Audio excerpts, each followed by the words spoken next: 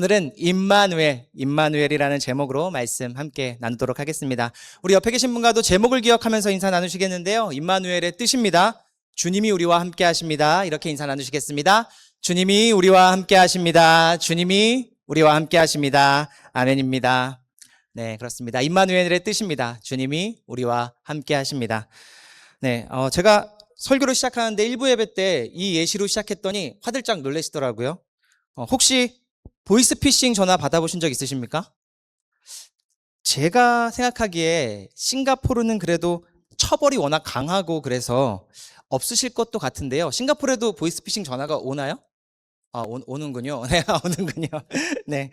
제가 한국에 있을 때, 저 아직까지 못 받아봤어요. 제가 한국에 있을 때는요, 그래도 1년에 한 2-3번, 많게는 5번까지도 이 보이스피싱 전화가 오곤 했습니다. 받아보면 수법이요, 다양하기도 하지만 유치합니다. 그렇지 않습니까? 너무 유치합니다. 조금만 생각해봐도 앞뒤가 전혀 맞지 않고요. 아주 유치한데요. 이상하죠? 사람들이 그 유치한 수법에 속습니다. 네, 사람들이 정말 속습니다. 그런데 이 피싱범들이요, 그 수법이 정교하다거나 세밀해서 속는 게 아닙니다. 그들이 이용하는 것은요, 정교함이 아니라 인간의 두려움을 이용하기 때문에 사람들이 속는 겁니다. 전화를 받으면요, 어떻게 합니까? 아주 강압적인 태도로 요새는 전화하더라고요. 뭐라고 하시는지 아십니까? 서울중앙지검 수사관 누구누구입니다. 이창현 씨 통장, 은행계좌 몇 날 몇 시 범죄에 사용됐는데 소명하려면 검찰로 출석하셔야 합니다. 제 인생에 처음 받아본 전화입니다. 검찰이라니요. 덜컥 겁이 납니다. 그런데 생각해보면 유치하죠. 그러니까 그냥 끊기 마련인데, 그런데 만약에 하나 겁을 먹게 되었다면요.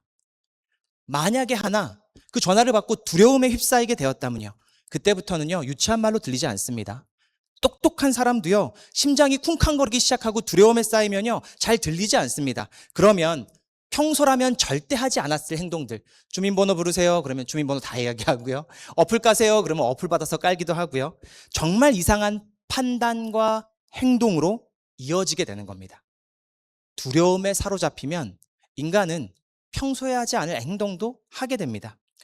그런 점에서요, 두려움이 가장 무서운 점이 무엇인지 아십니까? 두려움에 대한 가장 무서운 점, 그건요, 두려움이란 감정을 느낀다는 것이 아닙니다. 두려움이란 감정은 누구나 느낍니다. 그런데 문제는 뭐냐면요, 그 두려움이 나의 생각과 판단과 행동을 좌지우지할 때입니다. 두려움이 무서운 이유는 두려운 감정이 들어서가 아니라요, 그 두려움이 나의 생각과 판단과 행동을 좌지우지, 쥐락펴락할 때가 있다는 겁니다. 오늘 본문에 등장하는 아하스 왕이 딱 그랬습니다. 당시에는요, 제가 지도를 준비했는데요, 아수르라는 제국이 아무튼 가장 강력한 나라였습니다. 그러다 보니까 이 작은 나라들끼리는 동맹을 맺기도 했습니다. 오늘 성경에 나오는 시리아가 사실은 아람이고요, 에브라임은 북이스라엘입니다. 아람과 북이스라엘이 동맹을 맺었습니다. 어떻게든 아수르와 대항해야 했기 때문에 그 둘이 동맹을 맺고 남유다 아하스에게 찾아가서 너도 우리 동맹에 들어와라 라고 이야기했는데요, 아하스 왕이 그 동맹을 거절해버립니다. 그러자 아람과 북이스라엘이 화가 났습니다. 그래서 아하스 왕을 끌어내리고 자기들 입맛에 맞는 왕을 세워서 동맹을 맺으려고 전쟁을 준비하기 시작하는 것이 오늘 본문의 배경입니다. 그리고 오늘 본문은요, 아하스 왕이 이 소식을 들으면서 시작합니다. 아람과 북이스라엘이 동맹을 맺고 나를 왕에서 끌어내리려고 한다는 소식을 듣게 된 겁니다. 그리고 성경은 아하스 왕의 모습을 이렇게 기록합니다. 아하스 왕이 마치 거센 바람 앞에 숲풀처럼 흔들렸다는 겁니다. 막 사시나무 떨듯 떨었다는 겁니다. 아직 연합군 쳐들어오지 않았습니다. 그리고 전쟁 시작되지도 않았습니다. 예루살렘 포위되지도 않았습니다. 그런데 아하스의 마음은요, 이미 포위되었습니다. 완전 두려움에 휩싸였습니다. 그리고 오늘 본문은 바로 이 순간에 하나님께서 아하스에게 주신 말씀, 하나님이 이사야 선지자를 부르셔서요, 지금 아하스 찾아가서 이 말씀을 전해라 하신 그 말씀을 기록하고 있습니다. 그 말씀이 4절인데요 우리 함께 읽어보도록 하겠습니다. 이사야가 아하스를 찾아갑니다. 아마 수로를 점검하고 있었던 것 같아요. 전쟁이 일어날 것 같아서 이 보급로를 점검하고 있었는데 그를 만나서 이사야가 이야기합니다. 우리 한 목소리로 읽어보겠습니다. 시작. 그를 만나서 그에게 정신을 바짝 차리고 침착하게 행동하라고 일러라. 시리아의 르신과 르말리아의 아들이 크게 분노한다 하여도 타다감한 두 부직갱이에서 나오는 연기에 지나지 않으니 두려워하거나 겁내지 말라고 일러라. 아멘. 하나님께서요, 야, 저 연합 연기에 불과해. 헤벨 아무것도 아니야. 손으로 이렇게 휙휙하면 끝나는 거에 불과하니까 두려워하지 말라고 이야기합니다. 성경에 정말 많이 나오죠. 그렇죠? 두려워하지 말아라. 하나님께서 말씀하시니 두려워하지 말아라. 성경에 정말 많이 나옵니다. 그런데요, 우리가 이 말씀을 조금 오해할 때가 있는 것 같습니다. 두려워하지 말라, 이 말씀 말입니다. 하나님을 믿는 사람들은 두려운 감정조차 느낄 필요가 없다는 말로 착각하는 것 같습니다. 전혀 그렇지 않습니다. 하나님 믿는 사람도요, 교회 오래 다녀도요, 위기의 순간에, 고난의 순간에 마음이 두렵습니다. 생각해 보십시오. 전쟁이 일어나서 나를 죽이겠다고 합니다. 나를 왕에서 끌어내리겠다고 합니다. 근데 하나님이 나타나서 이사야 선지자가 두려워하지 마십시오 그러면 두려운 마음이 사라집니까? 그러지 않을 겁니다. 우리 성도님들 중에서도요, 정말 인생에 큰일이 터졌다고 한번 생각해 보십시오. 그리고 제가 찾아갔습니다. 권사님, 집사님, 성도님, 두려워하지 마십시오. 그러면 두려움이 확 사라집니까? 그랬으면 좋겠습니다. 저는 참 개인적으로는 전혀 그러진 않으실 겁니다. 인생의 위기 가운데, 어려움 가운데 놓이셨을 때 제가 찾아가서 두려워하지 마십시오 해도 두려운 마음은 사라지지 않을 겁니다. 하나님을 믿는 사람들도요, 두려운 마음은 있습니다. 인생의 위기 앞에서 우리도 아하스처럼요, 숲풀처럼, 사시나무처럼 떨기도 합니다. 그러면 왜 하나님은 이 모든 걸 아시면서도 우리에게 두려워하지 말라고 말씀하실까요? 우리의 마음을 내가 어떻게 할 수 없는데 우리에게 왜 두려워하지 말라라고 말씀하실까요? 하나님은요, 우리에게 두려움의 감정을 느끼지 말라고 말씀하신 것이 아닙니다. 하나님이 두려워하지 말라 말씀하신 이유는요, 그 두려움이 너를 쥐락펴락하지 못하게 하라는 말씀입니다. 그 두려움에 휩싸여서 너의 생각과 판단과 행동이 그 두려움으로 포위되어서 평소 하지 않았을 행동들, 하지 않았을 판단들, 그런 거 그렇게 마음 흔들리지 말라고 말씀하신 겁니다. 그런데 안타깝게도요, 아하스는 두려움에 자신의 생각과 판단과 행동까지 완전히 포위돼서 숲풀처럼 흔들리고 있었습니다. 그는 이 전쟁을 앞두고요, 지금까지 그들을 인도하고 지켜주신 하나님이 아니라 자기 눈에 보이기에 가장 강했던 나라 아수르의 손을 붙잡기 시작합니다. 성경에서는 악한 왕으로 등장하지만요, 아하스는요, 대단히 눈치 빠른 왕이었던 것 같습니다. 아주 국제 정세를 해석하는 능력이 탁월하고 빨랐던 왕인 것 같습니다. 딱 보니까 아무리 연합군이 있다 하더라도 아수르를 이길 수는 없을 것 같은 겁니다. 내가 저 동맹에 들어간다고 해서 아수르를 우리가 이길 수 없다는 판단이 선 겁니다. 그럼 어떻게 해야 합니까? 아수르 손 잡아야 합니다. 세상에서 가장 강한 군대를 가지고 있는 나라, 아람과 북이스라엘과 다른 나라가 다 힘을 합쳐도 결코 이길 수 없는 나라, 상대할 수 없는 나라, 아수르가 그에게는 정답이었습니다. 두려움에 사시나무 떨듯 떨다 보니 내 눈에 보기에 저 나라의 군대가 제일 강하구나, 저 나라의 손을 붙잡아야겠다 판단했고 그게 정답이라고 믿었습니다. 그런 아하스에게요, 오늘 하나님이 두려워하지 말라라고 말씀하신 것은요, 정신 차리라는 말씀입니다. 침착하게 행동하라는 말씀입니다. 두려움 때문에 섣불리 아수르의 손을 잡지 말라고 이사야를 보내신 겁니다. 그런데 두려움이 주인이 되어버렸습니다. 하나님의 말씀 들리지 않습니다. 보이지 않는 하나님 믿을 수 없습니다. 내 눈에 보기에 가장 정확한 것은요, 아수르의 군사력입니다. 저게 최고입니다. 아수르는 그걸 붙잡았던 겁니다. 그렇게 안타깝게도 이미 두려움에 사로잡혔던 아하스는요, 하나님의 말씀을 듣지 못하고 자기 눈에 옳은 대로 판단하고 행동했습니다. 마치 보이스픽 신범이 두렵게 만들 때 평소라면 하지 않았을 행동마저도 서슴없이 저지르고 있는 겁니다. 오늘 이야기 열왕기하 이야기를요, 열왕기하 16장은 조금 더 자세하게 기록합니다. 이제 이 전쟁에 관해서 이 북이스라엘 연합군과 어떻게 전쟁했는지까지도 잘 기록하고 있는데요, 남유다의 아하스 왕이 아수르 왕에게 전령을 보내서 조서 하나를 써서 보냈습니다. 거기에는 이렇게 써 있었다고 전해집니다. 열왕기하 16장 7절 8절 말씀인데요, 우리 한번 같이 읽어보도록 하겠습니다. 함께 읽겠습니다. 시작. 나는 임금님의 신하이며 아들입니다. 올라오셔서 나를 공격하고 있는 시리아 왕과 이스라엘 왕의 손에서 나를 구원하여 주십시오. 그런 다음에 아하스는 주님의 성전과 왕궁의 보물창고에 있는 금과 은을 모두 꺼내어 아시리아 왕에게 선물로 보냈다. 네. 이 장면 어떻게 보이십니까? 저게 지금 국제 문서인 겁니다. 외교 문서인 겁니다. 만약 우리나라 외교 문서에 저렇게 써 있었다고 한번 생각해 보십시오. 어떤 나라를 지정하진 않겠습니다. 어떤 나라에게 우리는 그 나라의 신하입니다. 당신의 아들입니다. 와서 우리를 도와주십시오. 이런 외교 문서를 발견했다고 생각해 보십시오. 얼마나 굴욕적인 외교입니까? 얼마나 비참한 외교입니까? 그런데도요, 저는 이게 성경의 위대한 점이라고 생각합니다. 성경은요, 이 굴욕적이고 비참한 장면을 기록해 놓았습니다. 다른 고대 근동 어느 나라도요, 굴욕적인 거, 수치스러운 거, 자기에게 불리한 거는요, 축소하고 왜곡하고 은폐하기 마련인데요, 성경은 한자 한자 다 기록해 두었습니다. 자기들의 수치인데 말입니다. 왜 성경은요, 이 굴욕적인 외교 문서를 성경에, 그들의 정경에 적어 놓았을까요? 왜 그랬을까요? 두려움에 사로잡혔던 왕이 그가 생각하기에 가장 이성적이고 가장 논리적이고 가장 합리적인 판단이라고 생각했던 행동들, 그게 얼마나 비참하고 굴욕적인지를 기록해 놓은 겁니다. 남겨둔 겁니다. 아하스 왕은 생각했습니다. 지금 답은 아수르야. 아수르를 붙잡아야 살아. 누가 봐도 논리적이고 합리적인 판단이었습니다. 그런데 성경은요, 결코 그렇게 말하지 않습니다. 그가 아주 굴욕적이었던 순간이야. 아주 비참했던 순간이야. 지금 성경 속에 똑똑히 기록하고 있는 겁니다. 하나님의 백성이었습니다. 하나님의 자녀였습니다. 유다 백성들은 그런 사람들이었습니다. 그리고 아하스는 그 나라의 왕이었습니다. 근데 그 나라의 왕이 아수르 앞에서 당신의 신하입니다. 저는 당신의 아들입니다. 당신이 나를 구해 주십시오라고 기도하고 있는 겁니다. 이렇게 아하스는요, 어쩌면 자기 생각엔 가장 완벽한 판단을 했다고 생각할지 몰라도 지금 그의 왕이자 아버지이신 구세주 하나님을 치워버리고 아수르 왕으로 바꿔버렸습니다.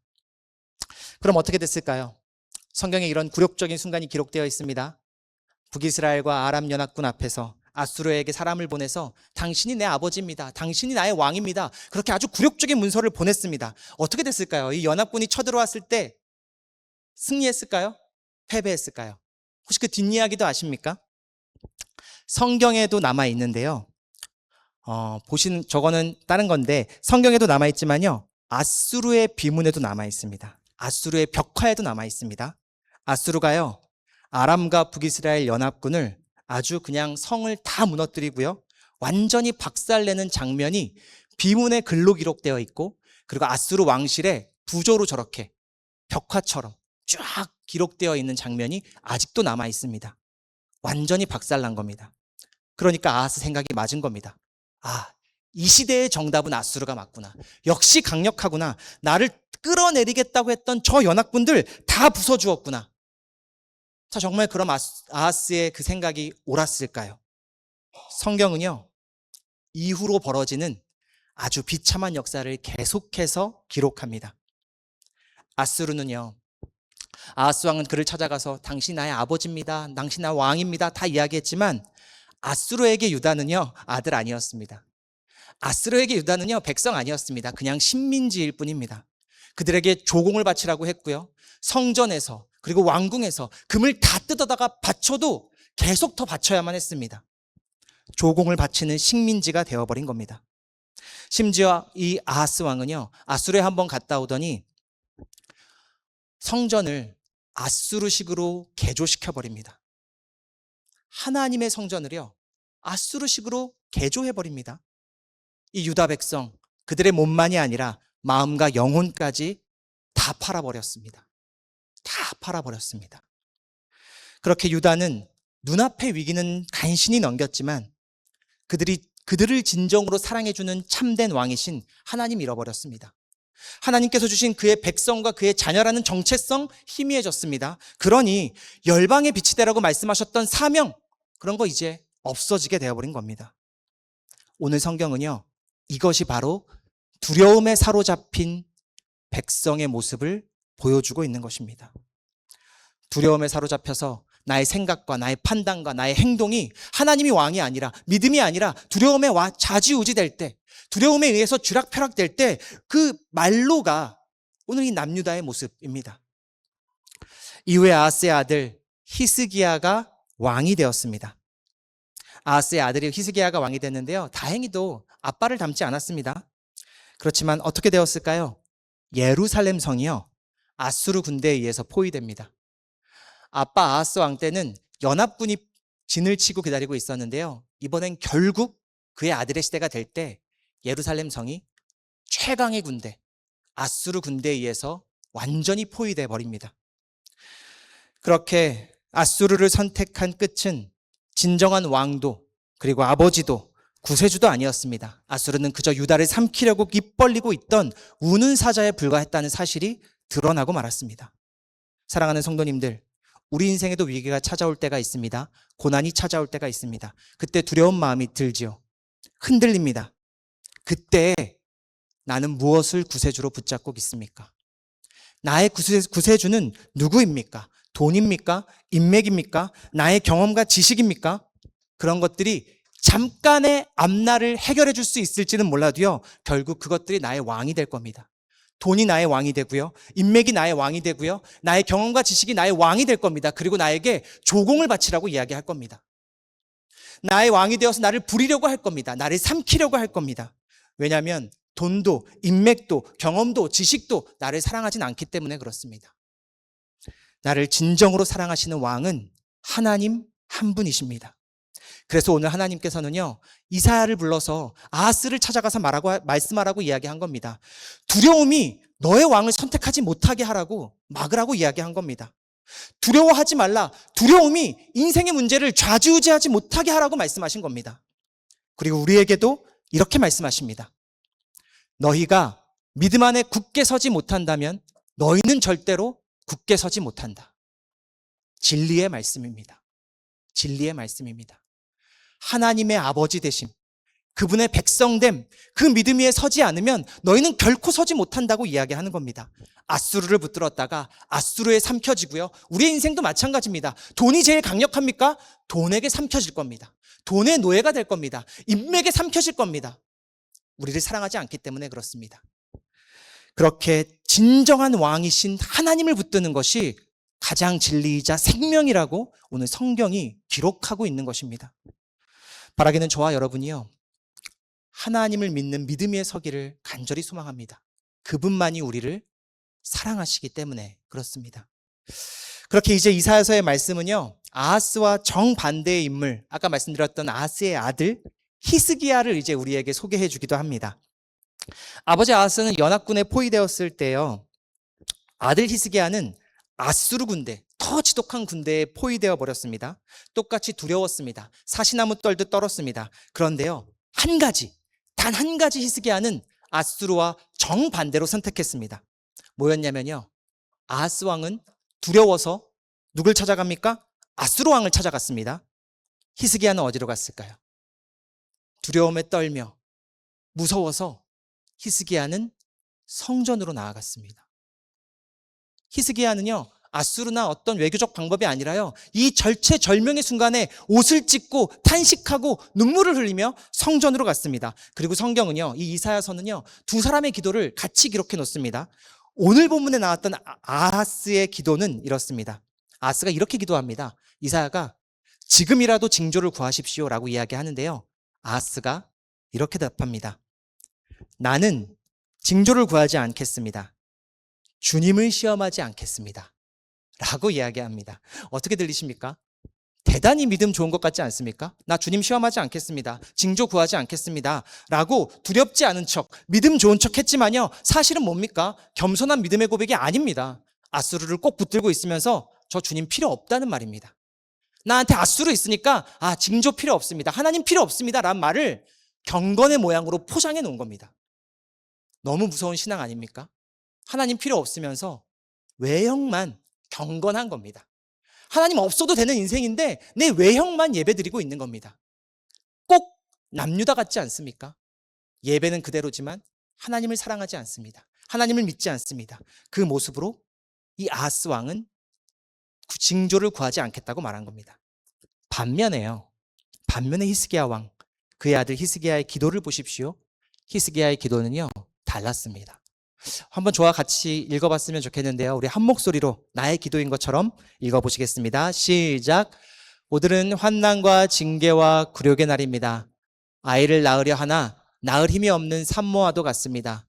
주 그대의 하나님께서 그가 하는 말을 들으셨으니 그를 심판하실 것입니다.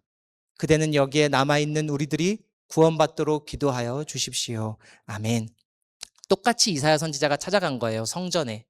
그런데 탄식하고 슬퍼하고 눈물 지으면서 이날은 환난과 징계와 굴욕의 날이라고 이야기합니다. 아이 낳을 힘도조차 없는 산모 같다고 이야기합니다. 그러면서 이사야 선지자에게 뭐라고 이야기합니까? 여기 남아있는 우리를 위해 기도해달라고 이야기합니다. 다시 말하면요, 나 끝까지 성전에 남아있겠다는 말입니다. 히스기야 왕이 나 끝까지 성전에 남아있을 테니까 제발 구원받도록 기도해 주십시오 라고 기도합니다. 두렵지 않았을까요? 두려웠을 겁니다. 무서웠을 겁니다. 그렇지만 히스기야는요, 두렵지 않은 척, 믿음 좋은 척 하지 않고요, 하나님을 붙들었습니다. 탄식하며 울며 왕이 아니라 그 앞에 완전히 무너져버린 하나님의 백성이자 자녀로서 울며 기도했습니다. 그런데 재밌게도요, 성경은 이것을 바로 믿음 위에 담대하게 선 백성의 모습이라고 기록합니다. 저는 징조를 구하지 않겠습니다. 하나님 괜찮습니다. 시험하지 않겠습니다. 그게 믿음이 아니라요, 주님 앞에 엎드려져서 울면서 탄식하며 기도했던 그 모습을 믿음 위에 선 모습으로 기록한다는 겁니다. 무엇이 믿음입니까? 무엇이 믿음입니까? 아수르, 돈, 인맥 꽉 붙잡고 있으면서 경건한 척하는 게 믿음이 아니라요, 다 무너지더라도 죽을지 몰라도 하나님을 붙드는 그 사람, 그가 나를 사랑하시기에 하나님을 끝까지 사랑하는 그 사람, 그것을 주님은 믿음 위에 서 있다고 말씀해 주십니다. 사랑하는 성도님들, 오늘 하나님은 경건한 척했던 아하스가 아니라 다 부서져 버린 히스기야와 함께 하셨습니다. 그리고 임마누엘의 징조는요, 아하스가 아니라 히스기야와 함께 했습니다. 주님이 우리와 함께 하신다, 임마누엘의 은혜거든요. 아하스가 아니라 히스기야와 주님은 끝까지 함께 해 주셨습니다. 그리고 우리는 이 히스기야만이 아니라요, 저는 예수님을 통해서도 임마누엘의 하나님을 봅니다. 예수님도요, 두렵지 않으셨을까요? 두려움이 없으셨을까요? 십자가를 앞두고요, 심히 고민하고 심히 슬퍼하셨습니다. 우리가 잘 기록하고 있는데요, 겟세마네 언덕에서는요, 땀이 핏방울이 되도록 이렇게 기도하셨다고 기록되어 있습니다. 예수 그리스도의 기도입니다. 그분의 임마누엘 기도입니다. 우리 함께 같이 기도하는 마음으로 읽어보겠습니다. 시작. 아버지여, 만일 아버지의 뜻이거든 이 잔을 내게서 옮기시옵소서. 그러나 내 원대로 마시옵고 아버지의 원대로 되기를 원하나이다. 아멘. 예수님의 두려움이 느껴지십니까? 두려운 마음이? 제자들이 배신하고 십자가를 향해 가야 되는데 이 잔을 옮기실 수 있다면 옮겨주십시오 할 만큼 두려우셨습니다. 그런데요, 저 기도문을 보십시오. 끝까지 아버지입니다. 끝까지 아버지입니다. 끝까지 아버지의 뜻입니다. 아버지의 뜻이면 그럼 저는 가겠습니다라고 말씀하시는 겁니다. 그렇게 예수님께서는요, 끝까지 하나님을 아버지로 부르짖고요, 그 아들의 자리를 떠나지 않으셨습니다. 그 자리를 지키셨습니다. 그리고 십자가의 사명, 죽음의 자리까지 나아가셨습니다. 우리가 그 이야기를 복음이라고 이야기하는 겁니다. 그리고 하나님께서도 그의 아들 예수 그리스도와 끝까지 함께 하셨습니다. 그 증거가 무엇인지 아십니까? 그 증거가 부활입니다. 예수님께서 하나님만이 나의 아버지십니다. 나는 당신의 아들입니다.